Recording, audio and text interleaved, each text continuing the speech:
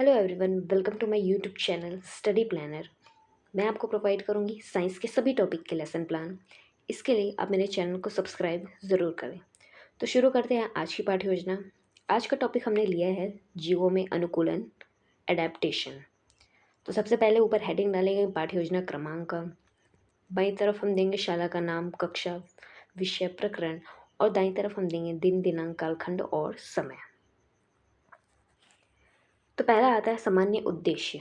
अब चूंकि हमारा विषय विज्ञान है, तो विज्ञान विषय के लिए हमारा सामान्य उद्देश्य क्या होना चाहिए?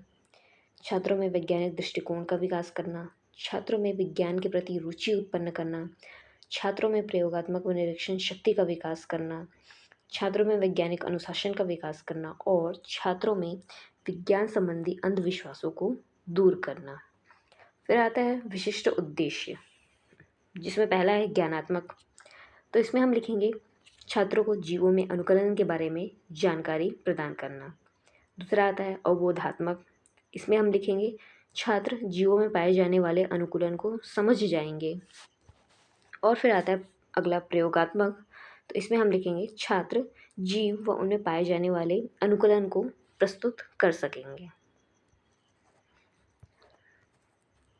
फिर आता है सहायक शिक्षण सामग्री, जिसमें पहला है परंपरागत शिक्षण सामग्री, जिसका उपयोग हम जनरली क्लासरूम में करते हैं। इसमें आएगा चौक, डस्टर, श्यामपट्ट, संकेतक। और दूसरा है नवीन शिक्षण सामग्री, जो हमारे टॉपिक से रिलेटेड रहेगा, जो हम पढ़ाने वाले हैं उससे संबंधित जो हम शिक्षण सामग्री लेके जा रहे हैं उसे हम यहाँ पर लिखेंगे। तो यहाँ पर हम ले रहे हैं चार्ट, जो कि जीवों में अनुकूलन को प्रदर्शित करेगा। फिर आता है पूर्व ज्ञान। पूर्व ज्ञान में हम लिखेंगे छात्र जीवों में अनुकूलन के बारे में सामान्य जानकारी रखते हैं। फिर आता है प्रस्तावना। प्रस्तावना को हम 3 भाग में बांटेंगे, क्रमांक, छात्र अध्यापिका कार्य और छात्र कार्य। तो प्रस्तावना में हम बच्चों से प्रश्न करते हैं जो उनके पूर्व ज्ञान से संबंधित रहता है, और बच्चों के पूर्व ज्ञान को लेते हुए हम उन्हें अपने मेन टॉपिक तक लेकर आते हैं प्रश्नों के माध्यम से। तो पहला प्रश्न हम बच्चों से करेंगे कि बच्चों, पृथ्वी में जीव जंतु कहाँ कहाँ पाए जाते हैं? तो बच्चे बताएंगे जल, थल, वायु आदि में ये पाए जाते हैं। दूसरा प्रश्न हम बच्चों से करेंगे, बच्चों जलीय जीवों के नाम बताइए। तो बच्चे बताएंगे मछली, कछुआ, मेढक। फिर तीसरा प्रश्न हम करेंगे, बच्चों मछली पानी में क्यों रहती है? तो बच्चे बताएंगे कि उनका शरीर पानी में रहने के लिए अनुकूलित रहता है। और फिर आखिरी प्रश्न हम करेंगे कि बच्चों अनुकूलन से आप क्या समझते हैं? तो ये बच्चों के लिए समस्यात्मक प्रश्न होगा। और फिर आगे हम लिखेंगे उद्देश्य कथन। तो उद्देश्य कथन में हम लिखेंगे कि बच्चों आज हम जीवों में अनुकूलन के बारे में अध्ययन करेंगे। फिर आता है शिक्षण विधि। शिक्षण विधि क्या होता है? शिक्षण विधि होता है पाठ प्रस्तुतिकरण का तरीका। तो यहाँ पर हम ले रहे हैं व्याख्या सह प्रदर्शन विधि। फिर आता है शिक्षण प्रविधि।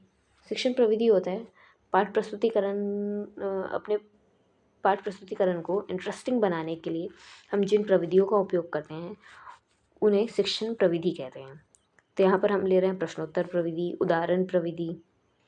फिर आता है शिक्षण सूत्र। शिक्षण सूत्र जो है हम हमारे पाठ प्रस्तुतिकरण को दिशा प्रदान करता है। तो यहाँ पर हम ले रहे हैं ज्ञात से अज्ञात की ओर और सरल से जटिल की ओर। फिर आता है प्रस्तुतिकरण। इसे हम 5 भागों में बांटेंगे, क्रमांक, शिक्षण बिंदु, छात्राध्यापिका कार्य, छात्र कार्य और श्यामपट्ट कार्य। तो पहला शिक्षण बिंदु, पहला हेडिंग हम डालेंगे अनुकूलन का। छात्राध्यापिका कार्य में हम अनुकूलन को समझाएंगे, और छात्र कार्य में हम लिखेंगे छात्र ध्यानपूर्वक सुनेंगे, और श्यामपट्ट कार्य में हम जो पढ़ाने वाले हैं उसका हेडिंग डाल देंगे। तो छात्राध्यापिका कार्य में हम बताएंगे अनुकूलन के बारे में। तो यहाँ पर हम लिखेंगे वातावरण के अनुसार सभी जीवधारियों में शरीर को ढालने की क्षमता होती है, जिसे अनुकूलन कहते हैं। प्रत्येक जीवधारी एक विशेष प्रकार के वातावरण में रहते हैं। ये प्रायः 3 हैं, जल, थल तथा वायु। इस आधार पर जंतु तथा पेड़ पौधे जलीय, स्थलीय या उभयचर तथा वायवीय प्रकार के होते हैं। फिर दूसरा बिंदु हम डालेंगे जलीय अनुकूलन। अब हम देखेंगे जलीय अनुकूलन के बारे में। तो जल में रहने वाले जीव जंतु या पेड़ पौधों में निम्न विशेषताएं पाई जाती हैं। पहला है, जलीय जंतुओं के शरीर में जलरोधी शल्क पाए जाते हैं। इसके उदाहरण है मछली। इसमें श्वसन के लिए गिल्स पाए जाते हैं। जलीय पौधों का शरीर कोमल तथा कमज़ोर होता है। पत्तियां पतली तथा जल में तैरती रहती हैं। और छात्र कार्य में हम लिखेंगे, छात्र ध्यानपूर्वक सुनेंगे व महत्वपूर्ण बिंदुओं को नोट करेंगे। फिर आएगा विकासात्मक प्रश्न।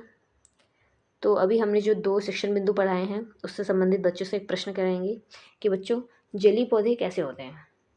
बच्चे बताएंगे जलीय पौधे कोमल व पतले होते हैं तथा जल की सतह में तैरते रहते हैं। फिर आता है अगला शिक्षण बिंदु, स्थलीय अनुकूलन। अब छात्र अध्यापिका कार्य में हम स्थलीय अनुकूलन के बारे में बताएंगे कि स्थलीय जंतुओं व पेड़ पौधों में निम्न विशेषताएं पाई जाती है। स्थलीय जंतुओं में श्वसन हेतु विकसित श्वसन तंत्र पाया जाता है। मरुस्थलीय जंतुओं में खुरदुरी त्वचा, लंबा पैर व गद्देदार तलवे होते हैं। इसका उदाहरण ऊँट है। और स्थलीय पौधों का तना मजबूत, पत्तियां चमकीली व फैली हुई होती हैं। छात्र कार्य में हम लिखेंगे, छात्र ध्यानपूर्वक सुनेंगे व महत्वपूर्ण बिंदुओं को नोट करेंगे। फिर अगला अनुकूलन आता है वायवीय अनुकूलन। इसकी विशेषताएं हैं, वायवीय जंतुओं में निम्न अनुकूलन पाए जाते हैं। पक्षियों में उड़ने हेतु अनुकूलन पाया जाता है। पक्षियों की अस्थियां खोखली तथा वायु से भरी होती है। इनका शरीर हल्का हो जाता है। फेफड़े से जुड़े वायुकोश में हवा भर जाता है, जो उड़ते समय शरीर को हल्का रखने में सहायता करता है। इसका उदाहरण है कबूतर, गौरैया। फिर अगला आता है बोध प्रश्न। बोध प्रश्न में हम बच्चों से प्रश्न करेंगे। तो इन्हें 3 भागों में बांटेंगे, क्रमांक, छात्र अध्यापिका कार्य और छात्र कार्य। पहला प्रश्न हम करेंगे, अनुकूलन कितने प्रकार के होते हैं। बच्चे बताएंगे 3 प्रकार के, स्थलीय अनुकूलन, जलीय अनुकूलन, वायवीय अनुकूलन। गाय में कौन सा अनुकूलन पाया जाता है। गाय में स्थलीय अनुकूलन पाया जाता है। मरुस्थलीय जंतुओं में अनुकूलन के लिए किस प्रकार की विशेषता पाई जाती है। तो मरुस्थलीय जंतुओं में जैसे ऊँट में लंबा पैर व गद्देदार तलवे पाए जाते हैं। फिर आता है पुनरावृत्ति प्रश्न। अनुकूलन किसे कहते हैं। श्वसन के लिए गिल्स किस में पाए जाते हैं। पक्षियों में कौन सा अनुकूलन पाया जाता है। जलीय जंतुओं में पाए जाने वाले जंतुओं के नाम बताइए। जलीय अनुकूलन में पाए जाने वाले जंतुओं के नाम लिखिए। फिर आता है प्रयोग। प्रयोग में पहला है कक्षा कार्य। तो एक तरफ हम जंतुओं के नाम दे देंगे और दूसरी तरफ हम बच्चों से पूछेंगे कि इनमें किस प्रकार का अनुकूलन पाया जाता है। मछली में, कबूतर में, कीट, तितली, ऊँट, नागफनी पौधे में, ये सब बच्चों को हम उदाहरण दे देंगे और बच्चे इनमें पाए जाने वाले अनुकूलन के बारे में बताएंगे। फिर आता है आखिरी में गृह कार्य। तो इसमें हम देंगे अनुकूलन किसे कहते हैं, इनके प्रकारों को समझाइए। फिर आखिरी में हम लिखेंगे पर्यवेक्षक हस्ताक्षर और छात्र अध्यापिका हस्ताक्षर। तो ये था जीओ में अनुकूलन के लिए पूरा एक लेसन प्लान। वीडियो अगर अच्छा लगा हो तो चैनल को सब्सक्राइब ज़रूर करें। Thank you.